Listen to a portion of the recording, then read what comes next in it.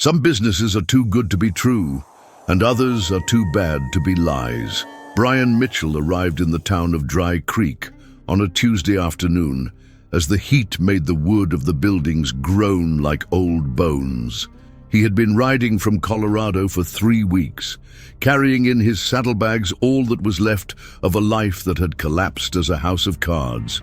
$72, a Colt 45 with 6 bullets, and the certainty that I needed to start again before winter came.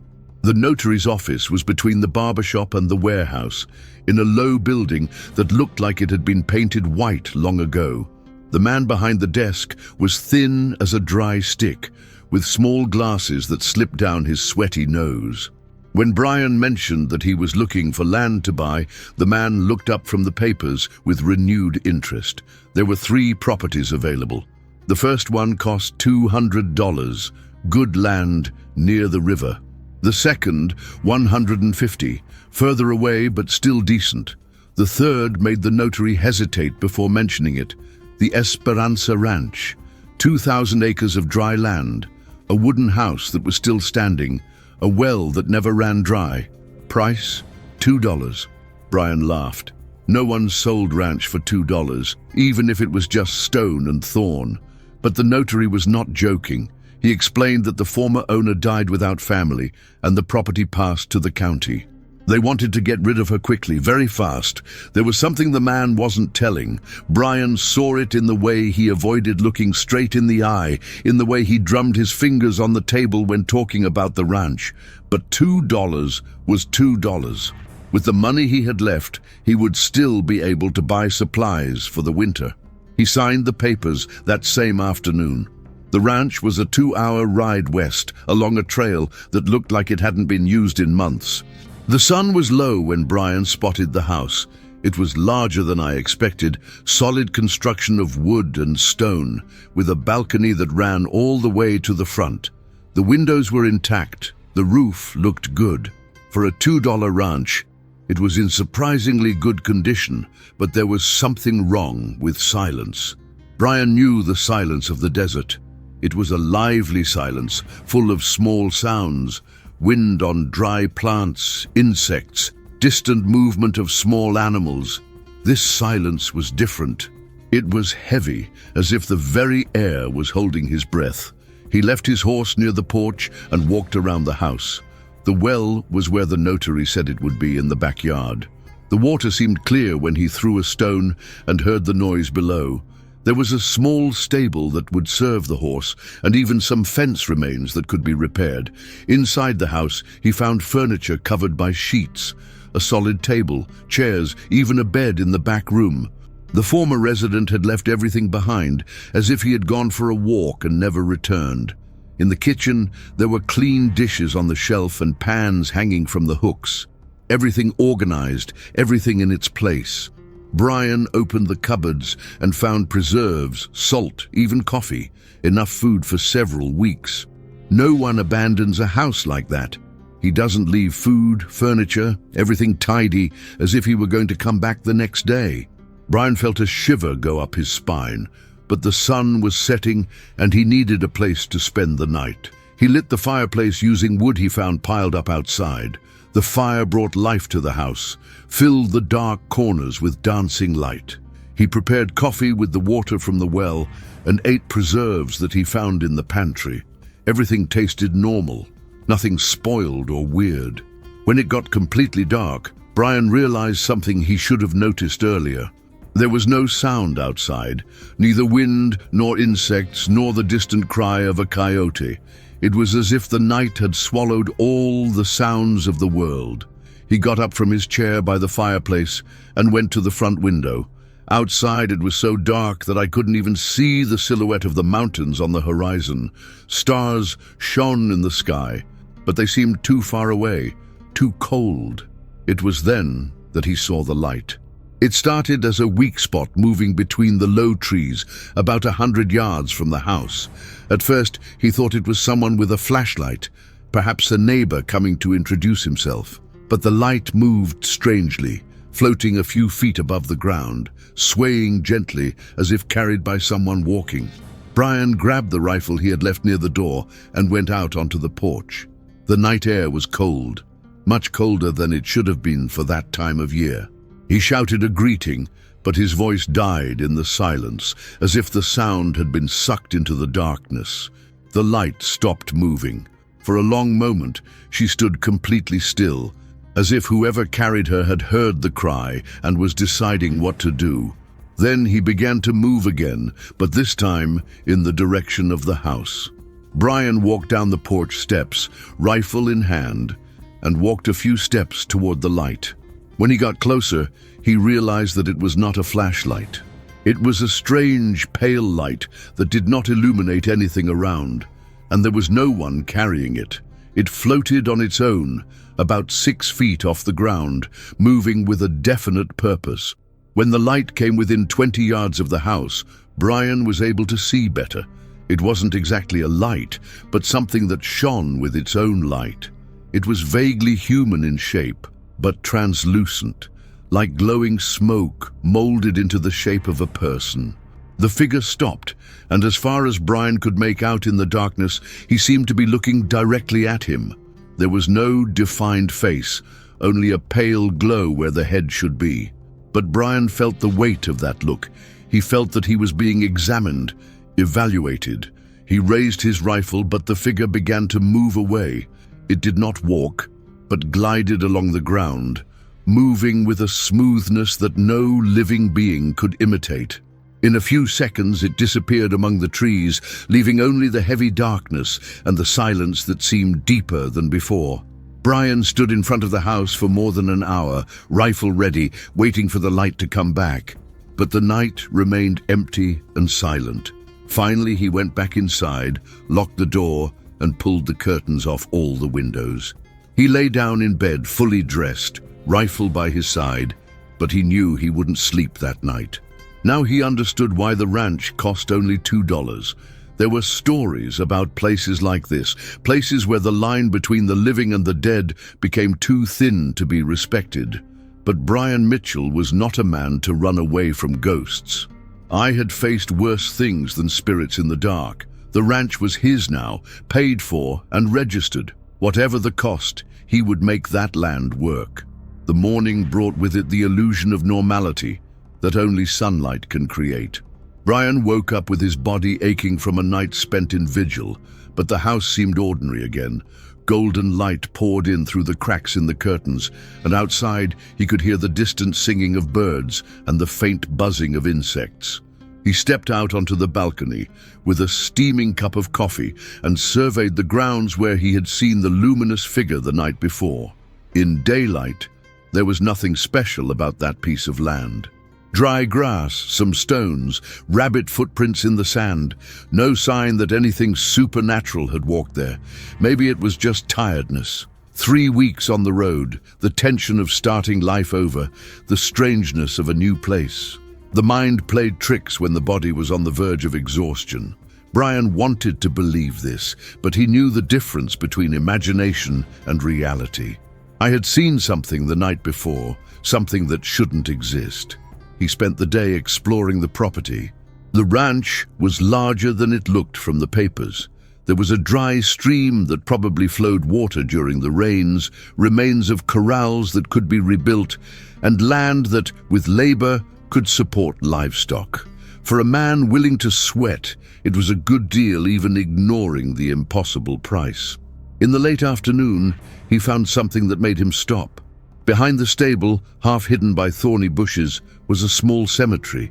5 wooden crosses, some still with names engraved despite the weather and climate. Sarah Mitchell, 1847 to 1878.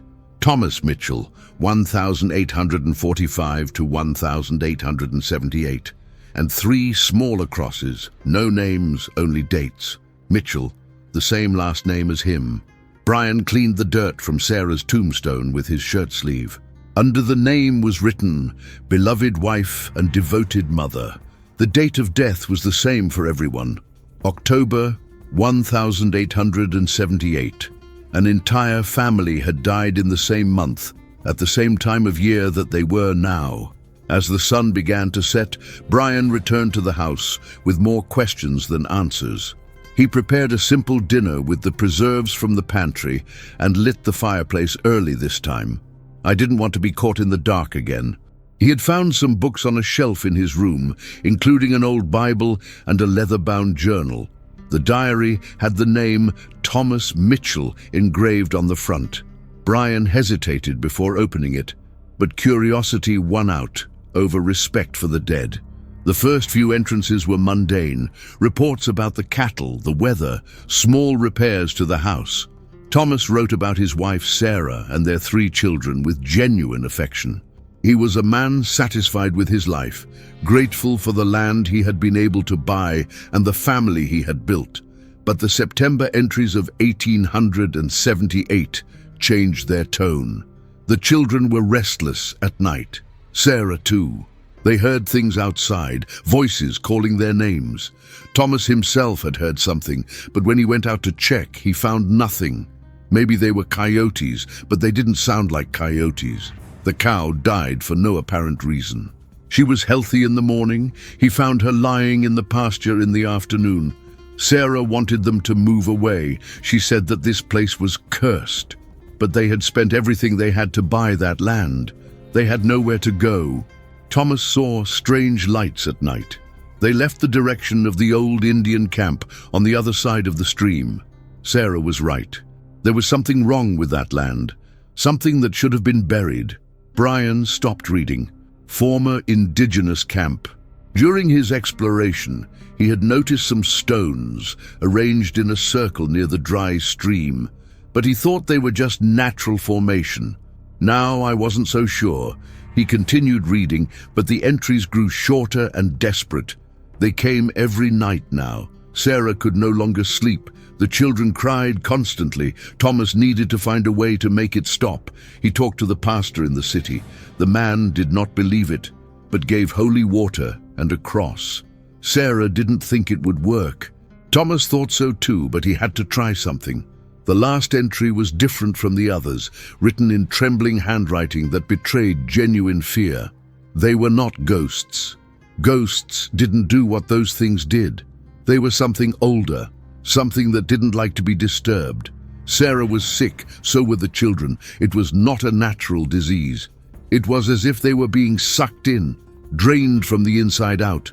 If someone found that diary, it shouldn't stay there.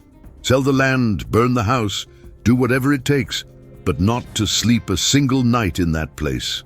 Brian closed the diary with his hands shaking slightly. Outside, darkness was falling again, and heavy silence was beginning to envelop the house like a suffocating blanket. He checked that the doors were properly locked and pulled all the curtains. He didn't have to wait long. The lights appeared shortly after midnight. This time there were more than one, at least 5 or 6 luminous figures moving among the trees. Brian watched them through the crack in the curtain, rifle loaded in his lap. The figures moved in formation, as if they were looking for something. One of them broke away from the group and began to approach the house. When he got close to the balcony, Brian could see that the shape was more defined this time. It appeared to be a woman, with what might have been a long dress fluttering in the wind, except there was no wind. The figure stopped in front of the door and stood there, motionless. Brian felt that she knew exactly where he was, that she could see him even through the walls. For a moment that seemed like an eternity. Man and apparition studied each other through the wood and the darkness. Then the figure raised what would be an arm and knocked on the door. 3 slow, deliberate strokes. The sound echoed through the house like cannon shots in the silence. Brian squeezed the handle of the rifle hard enough to make the knuckles white, but he didn't move from his chair. 3 more strokes. Stronger this time. Brian forced himself to breathe slowly. Ghosts did not knock on doors.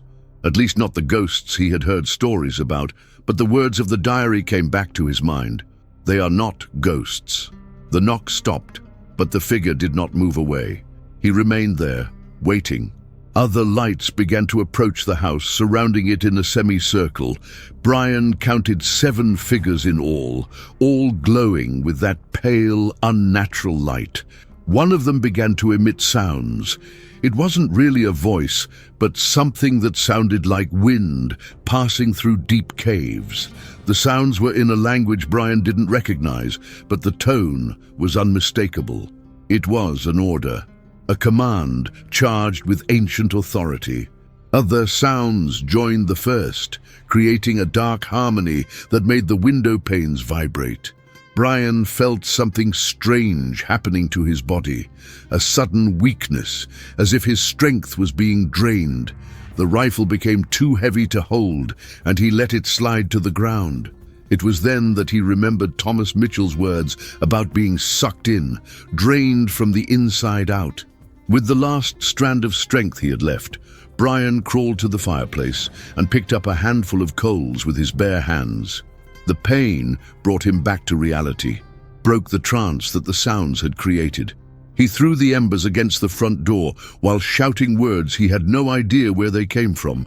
The chorus of sounds stopped abruptly. The lights moved away from the house as if they had been repelled by an invisible force. Within minutes, they were completely gone, leaving only the ordinary night and the sound of Brian's own heart beating like a war drum. He looked at the burning palms, the embers scattered on the ground, and knew he had just learned the first lesson on how to survive at Rancho Esperanza. But he also knew that things out there wouldn't give up so easily. They had waited years for someone new. They would not leave just because he had resisted once.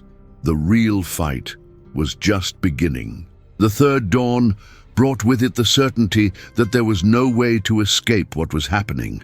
Brian woke up with his palms bandaged with pieces of fabric torn from his shirt, painful reminders that the night before had not been a nightmare. The embers scattered across the living room floor confirmed that he had crossed a line from which he could not return. While drinking bitter coffee brewed with warm water so as not to hurt his burned hands anymore, Brian studied Thomas Mitchell's diary with new urgency. There were passages that he did not fully understand in the first reading, references to rituals and methods of protection that the desperate man had tried. Thomas mentioned the circle of stones near the dry stream several times. He called that place desecrated sacred ground, land where innocent blood had been shed long before the arrival of the settlers. The entities were not spirits of dead settlers, but something much older, angry guardians of a place that should never have been disturbed. Brian decided to investigate the stone circle during the day when the supernatural thing seemed weaker. He walked to the dry creek carrying a shovel found in the stable and the rifle always at hand. The midday heat made the air tremble like water, but there was a strange coldness near the stones arranged in a circle. Up close, it was obvious that it was not a matter of natural formation. 12 large stones arranged in a perfect circle, each the size of a kneeling man. In the center of the circle, the earth was darker, almost black, as if it had been burned long ago. Brian touched the ground with the toe of his boot and felt that he was cold, even under the scorching sun. He began to dig in the center of the circle. He didn't know exactly what he was looking for, but Thomas had written about finding bones, objects that shouldn't be there. The dark earth was harder than he expected, compacted as if it had been trampled by hundreds of feet over the years. A meter deep, the shovel hit something solid. Brian cleared the earth with his injured hands and discovered human bones. Lots of bones. Small skulls mixed with ribs and long bones, all darkened by age and something more sinister. They were not ordered graves, but a heap of remains unceremoniously thrown into a common grave. Among the bones, he found corroded metal objects, arrowheads, knives, and something that appeared to be an ancient medallion with strange symbols etched into the rusty surface. When he touched the medallion, he felt an electric discharge rise up his arm, as if the object still held energy from long-forgotten rituals. Thomas had written about trying to rebury the bones with Christian blessings, but the entities became even more violent after his attempts to interfere. Brian understood that it was not a question of lost souls seeking eternal rest.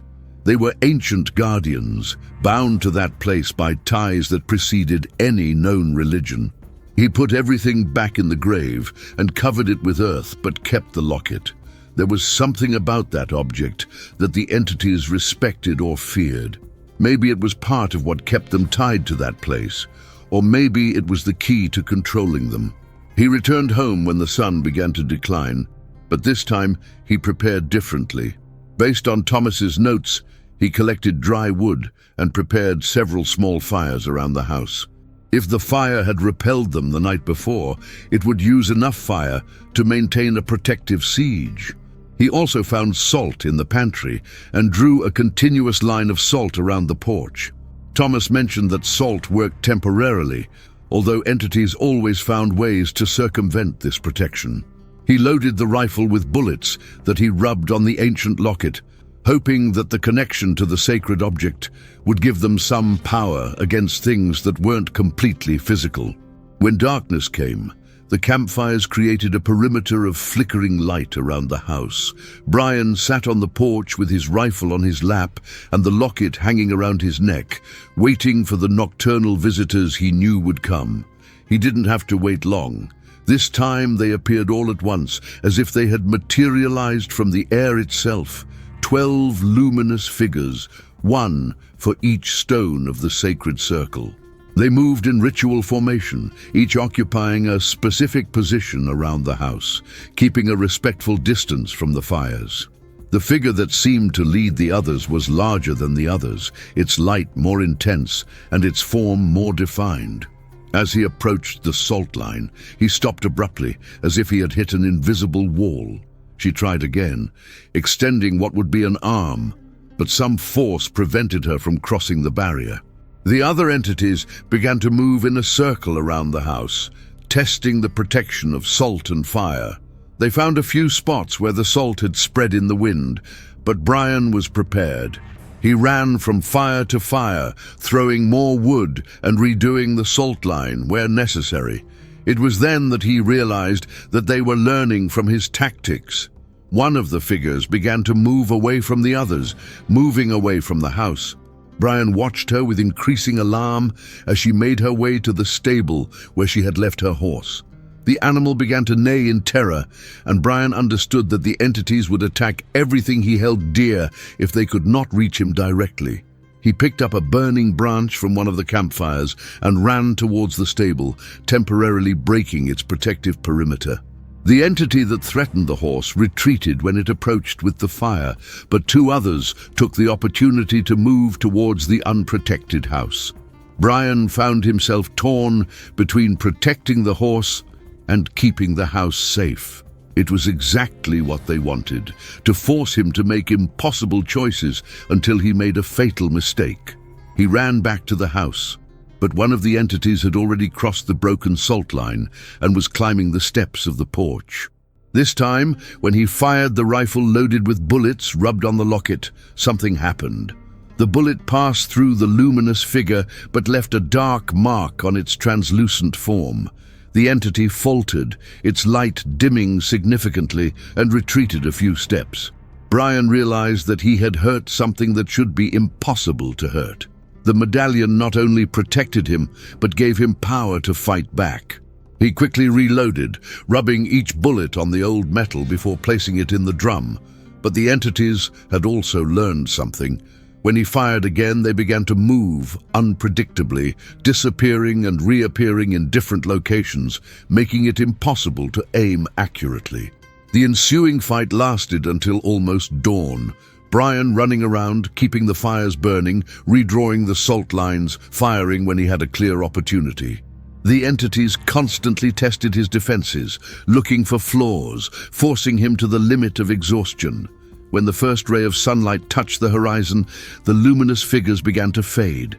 One by one, they dissolved into the growing daylight, but not before the larger one got close enough to the balcony that Brian could see details of its shape. It was clearly the spirit of an indigenous warrior, with war paintings that glowed like cold fire on his translucent face. For a moment, man and spirit looked directly at each other, and Brian felt the weight of centuries of anger and pain. This was not a mindless monster, but an intelligent and ruthless guardian. Protecting a sacred site, that had been desecrated by the blood of its people. When the last entity disappeared in full daylight, Brian collapsed exhausted on the porch steps. He had survived the third night, but he knew that each confrontation was becoming more dangerous. The entities were learning, adapting to their defense tactics. Most importantly, I was beginning to understand that this was not a war that could be won with violence alone. There was a deeper history in that place, an ancient injustice that cried out for resolution. The locket hanging from his neck pulsed with warm warmth, reminding him that perhaps there was another way to deal with the guardians of Rancho Esperanza. A way that didn't involve fighting them, but making peace with the bloody past of that land. The next morning, Brian made a decision that would have seemed impossible just 4 days earlier. Instead of preparing more defenses or planning another night of combat, he decided to look for a different solution. The locket around his neck had shown that there was a connection between him and those entities, a bridge between worlds that could be used for communication instead of war. He spent the day studying each page of Thomas Mitchell's diary again, this time looking for clues about the original history of that land. He found scattered references to a tribe that had been massacred there decades before the arrival of the settlers, entire families killed during a dispute over territory between different indigenous groups. The stone circle was not only a sacred site, but a memorial to the dead. The medallion he now carried had probably belonged to one of the tribe's spiritual leaders, a shaman or healer responsible for protecting the souls of those who had departed prematurely. As the sun began to set for the 4th time since his arrival, Brian didn't light fires or draw salt lines. Instead, he walked to the stone circle carrying only the locket and a small offering, the last of his coffee and a loaf of bread from Thomas Mitchell's pantry. He knelt in the center of the circle where he had found the bones and placed the food on the ground. He removed the locket from his neck and held it with both hands, closing his eyes and trying to empty his mind of fear and hostility. They appeared earlier this time, materializing around the circle of stones like smoke taking solid shape. 12 figures, each occupying their ancestral position. But this time they did not move to attack. They remained motionless, watching the man kneel in the center of his sacred memorial. The spiritual leader slowly approached. In the twilight light, Brian was able to see more details of his form. He was an elderly man with ritual scars on his chest and arms, wearing ornaments that shone with their own light. His eyes were not as empty as Brian had hoped, but filled with a deep sadness that ran through decades of lonely vigil. Brian held the locket up with both hands, offering it back to its original owner. The spirit stopped a few meters away, clearly surprised by the gesture. For a long moment, living man and dead guardian studied each other in absolute silence. Then, the shaman's spirit began to speak, not in the terrible voice Brian had heard the nights before, but in low, melancholy tones that sounded like wind passing through old flutes. Although he didn't understand the words, Brian felt the meaning through the locket he still held. It was a story of betrayal and blood. The tribe had welcomed settlers in peace, offered food and shelter during a harsh winter. But when spring came, the same men who had been saved returned with others, armed and hungry for land. The massacre lasted 3 days. Women, children, elders, all killed and unceremoniously buried in the place they considered sacred. The shaman had managed to launch one last ritual before dying, tying the souls of his people to that land so that they would never be forgotten. For decades, they had protected the memorial from desecrators, waiting for someone who would understand their pain and respect their dead. Thomas Mitchell and his family were not evil, just ignorant.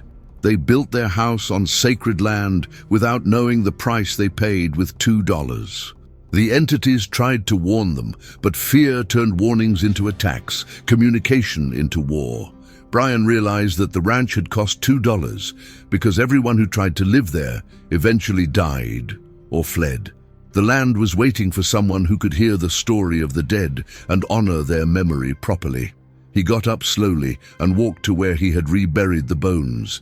He knelt down again and began digging with his bare hands, ignoring the pain in his palms, still bruised by the embers. When he exposed the remains again, he treated each bone with the respect due to the honored dead. He spent the whole night rearranging the bones into patterns that the locket seemed to whisper in his mind. Skulls to the north, representing wisdom. Long bones forming a star in the center, symbolizing the 4 sacred directions. The arrowheads and knives arranged as offerings around the perimeter. When the work was complete, Brian placed the locket in the center of the Star of Bones and stepped back. The shaman approached and touched the ancient amulet. For a moment, a warm, golden light emanated from the circle, and Brian heard something he hadn't heard in 4 nights. The normal sound of nocturnal nature, crickets, wind in the dry leaves, the distant cry of an owl. One by one, the luminous figures began to fade. They did not disappear abruptly as on other nights, but slowly dissolved like mist touched by the rising sun. Each one stopped to look at Brian one last time, and in his translucent eyes he saw no more anger, but gratitude. The shaman was the last to leave. He bowed his head in a gesture of mutual respect before melting away in the evening breeze, taking with him centuries of solitary vigil. The locket lost its otherworldly luster and became just a piece of ancient metal resting on even older bones. Brian covered the restored memorial with fresh earth and marked the spot with one of the stones in the circle. It was not a Christian tomb with a wooden cross, but a monument to the memory of people who deserved to be remembered. In the days that followed, Rancho Esperanza was transformed. The land that seemed cursed began to flourish. The dry stream ran water for the first time in years. Animals returned to graze in the fields, and Brian was able to sleep through the night without a hitch. He discovered that the original name of the ranch was not Esperanza, but an indigenous word that meant place where ancestors rest. Thomas Mitchell had changed his name without knowing its true meaning. Brian kept the name Esperanza, but built a small wooden plaque explaining the real history of that land. Occasional visitors could read about the tribe that had lived and died there, about the memorial that needed to be respected, about the true price of ignoring the past. The ranch never sold for $2 again. Not because Brian put a higher price tag, but because some places can't be owned, only cared for. He became the keeper of a history that was almost forgotten, the protector of a memorial that honored both the living and the dead. And on clear full moon nights, when the wind blew in the right direction, Brian sometimes heard the distant sound of ancient flutes playing songs of peace over a land at last at rest. If you've been fascinated by Brian's story and the dark mysteries of the Wild West, we've got plenty more epic narratives waiting for you. Each week we bring you unique tales of brave cowboys, cursed lands, and secrets buried in the wilderness that will get your heart racing. Don't miss out on any adventures. Subscribe to the channel now and activate the bell to be the first to discover the upcoming mysteries of the Western.